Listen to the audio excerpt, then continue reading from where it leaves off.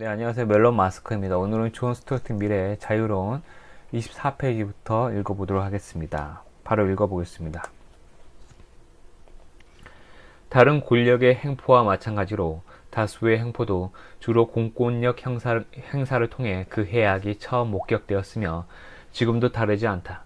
그러나 주의 깊게 관찰해보면 사회 자체가 횡포를 부린다고 할 때, 다시 말해 사회가 개별 구성원들에게 집단적으로 횡포를 부린다고 할 때, 그것은 정치적 권력 기구의 손을 빌려 할 수 있는 행위에만 한정되는 것은 아니다.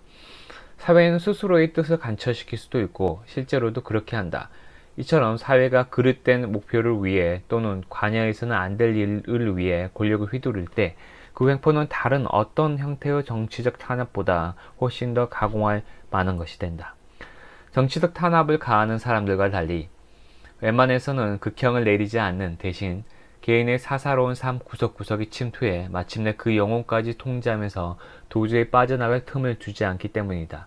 그러므로 정치 권력자들의 횡포를 방지하는 것만으로는 충분하지 않다. 그뿐만 아니라 사회에서 널리 통용되는 의견이나 감정이 부리는 횡포, 그리고 통설과 다른 생각과 습관을 가진 사람들에게 사회가 병률적 제재 이외의 방법으로 윽박지르며 그 통설을 행동 지침으로 받아들이도록 강요하는 경향에 대해서도 대비해야 한다. 사회는 이런 방법을 통해 다수의 삶의 방식과 일치하지 않는 그 어떤 개별성도 발전하지 못하도록 방해한다.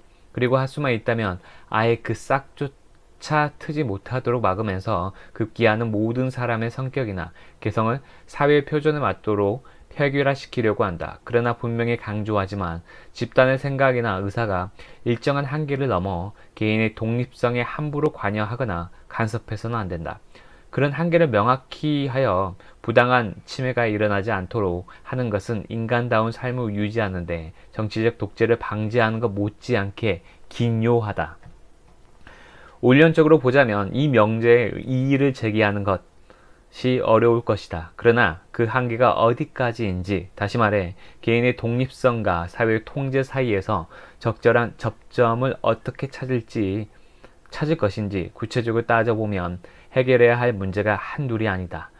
무엇이든지 누군가에게 가치가 있느냐 없느냐 여부는 다른 사람들의 행동에 제약을 가할 힘이 있느냐 없느냐에 달려있다. 그러므로 일부 행동 규칙은 우선 법에 따라 정해져야 한다. 그리고 법이 관여하기 어려운 그 외의 많은 일들은 사람들의 생각에 따라 결정되어야 한다. 어떤 것이 이런 규칙이 되어야 마땅한지는 우리 인간의 삶에서 가장 중요하게 탐구되어야 할 문제이다. 그러나 아주 명백한 몇몇 경우를 제외하면 이 문제의 정답을 찾기란 거의 불가능하다.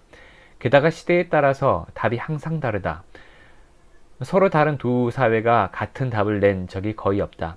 한 시대나 사회가 내린 결정이 때로 다른 시대나 다른 사회의 사람에게는 놀라워 보이기도 한다. 그러나 그런 결정을 내린 특정 시대, 특정 국가의 사람들은 다른 사람들도 오래전부터 늘 자신들과 똑같은 생각을 해왔다고 믿으며 이에 대해 추호도 의심하지 않는다. 그들은 자신이 확립한 규칙이 자명하며 누가 봐도 옳다고 여긴다. 거의 모든 사람들이 빠지기 쉬운 이런 착각은 관습이 빚어내는 과공할 만한 부작용 가운데 하나라고 할 수 있다. 사실 이 관심이라는 것은 속담 그대로 제2의 자연이다. 아니, 더 정확히 말하면 자연을 지속적으로 왜곡하고 있다. 관습은 사람들이 만들고 지켜온 행동 규칙의 타당성에 대해 전혀 의심하지 못하도록 만드는데, 관습은 이성적인 토의의 대상이 아니라는 일반적인 인식 때문에 이런 속성이 더욱 강화되고 있다. 사람들은 오래전부터 이것은 이성보다는 감정의 문제이며 따라서 이성은 필요하지 않다고 믿어왔다. 그리고 철학자 행세를 하고 싶어하는 사람들이 그와 같은 믿음을 더욱 부추겼다. 그리고 자신과 같은 생각을 하는 사람들이 타인에 대해 이렇게 저렇게 해 주었으면 좋겠다고 바라는 그 감정이 각자의 행동을 규율하는 실제 원리가 된다. 실제 어느 누구도 자기가 원하는 것이 곧 자신의 판단 기준이 된다고 말하지는 않는다. 그러나 어떤 행동을 둘러싼 생각이 이성의 뒷받침을 받지 못한다면 그것은 특정 개인의 선호에 지나지 않는다. 그리고 이성의 뒷받침이 있다 하더라도 그 이성이라는 것이 다른 사람들의 비슷한 선호에 대한 호소에 불과하다면 그것은 여전히 한 사람 대신 여러 사람의 마음에 맞춰서 행동하는 것과 다를 바 없다. 그러나 보통 사람의 경우 다른 사람들의 그런 선호가 도덕과 기호 혹은 또는 예의에 관한 자신의 관점을 세우는데 강력한 그리고 거의 유일한 근거가 된다. 그 사람 믿는 종교의 교리도 이에 대해서는 분명한 지침을 주지 못한다. 어떻게 보면 그러한 선호가 종교의 교리를 해석하는 잣대가 되기도 한다. 그러므로 어떤 것이 칭찬받을 만하며 어떤 것이 비난받을 일인지에 관한 생각은 다양한 요인들의 영향을 받는다. 이들 요인은 다른 사람들이 어떻게 행동해 주면 좋겠다는 본인의 바람에 영향을 미치는데 여타 문제에 대해 바라는 바를 결정하는 것이 많은 만큼이나 그 가지수가 다양하다. 네, 오늘은 여기까지 읽겠습니다. 이 편은 여기까지. 다음에 또 뵙도록 하겠습니다. 감사합니다.